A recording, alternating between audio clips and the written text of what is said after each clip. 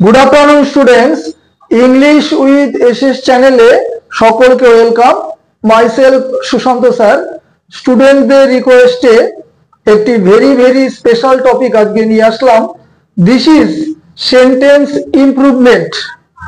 এটিকে তোমরা SSC special বলতে পারো, কারণ এমটিএস 10+2 বা সিজিএল বা সিপিও বা স্টেনো এই ধরনের এক্সামে সেন্টেন্স ইমপ্রুভমেন্টের উপর একটি বা দুটি কোশ্চেন থাকে, এবং এটা তোমরা আমরা যে এরর কারেকশন বা স্পটিং এরর করি তার ছোট ভাই হিসাবেও ধরতে পারো। প্রায় একই রকম।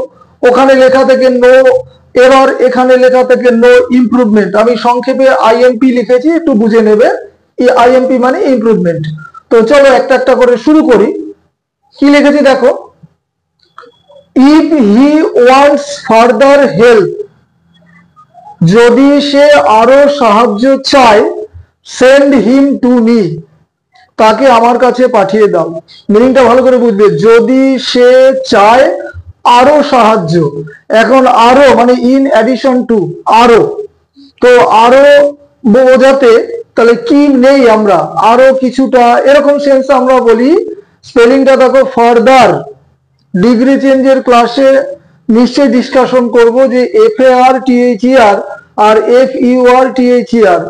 FAR দিয়ে এটা কি বোঝায়? ডিস্টেন্স বোঝায়, আর এটা বোঝায় ইন অ্যাডিশন, এছাড়া বা তাছাড়া।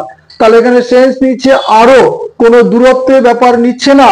তো এই কারণে এখানে আমার আনসার হবে একটা। তাহলে FARTHER এর পরিবর্তে এ হবে FURTHER। এটার বাংলা মানে আরো বা আরো কিছুটা, আর এটার বাংলা মানে ডিস্টেন্স বা দূরত্ব বোঝায়।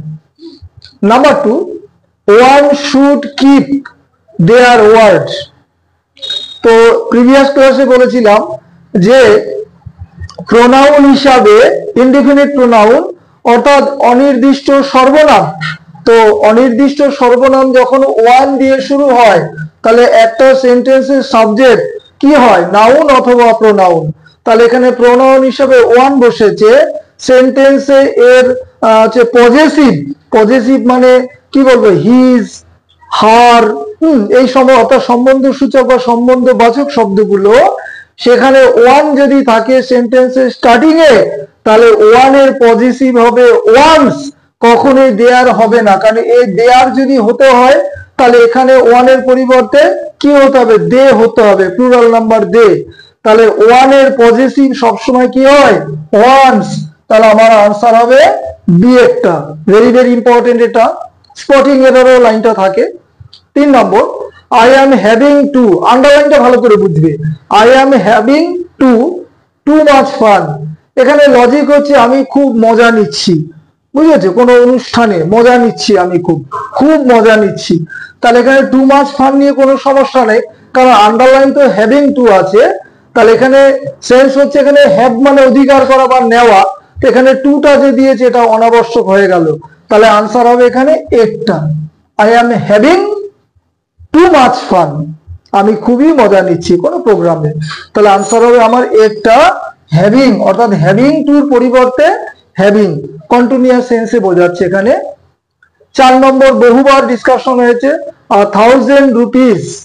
ইংরেজিতে কিছু প্লুরাল নাম্বারের নাউন আছে যেগুলোর আগে যদি ডিজিট বা সংখ্যাবাচক শব্দ থাকে, তাহলে সেটা ইউনিট হিসাবে কাজ করে। 5 মাইলস এর আগে ডিসকাশন করেছি। তাহলে 1000 রুপিস, 1000 টাকা, একটা ইউনিট বোঝাচ্ছে। তো এখানে কখনই আর আসবে না, ভার্বটা আমার সিঙ্গুলার নাম্বারে আসবে। তো ভার্ব এখানে আমার হবে ইজ। এবার তোমরা অনেকে প্রশ্ন করতেই পারো যে ওয়াজ সিঙ্গুলার নাম্বারে কেন ওয়াজ হবে না? কারণ সেন্টেন্সটা দেখো প্রেজেন্টে আছে, হি ওয়ান্টস। তো হি ওয়ান্টস এটা অবশ্যই প্রেজেন্টের একটা পার্ট, তাই সেখানে আমাকে প্রেজেন্টের পার্ট ইজ হবে, কখনই ওয়াজ হবে না। ঠিক আছে? এটা সিঙ্গুলার নাম্বার হলে এটা একটা ইউনিট হিসাবে কাজ করে। ওয়ান বা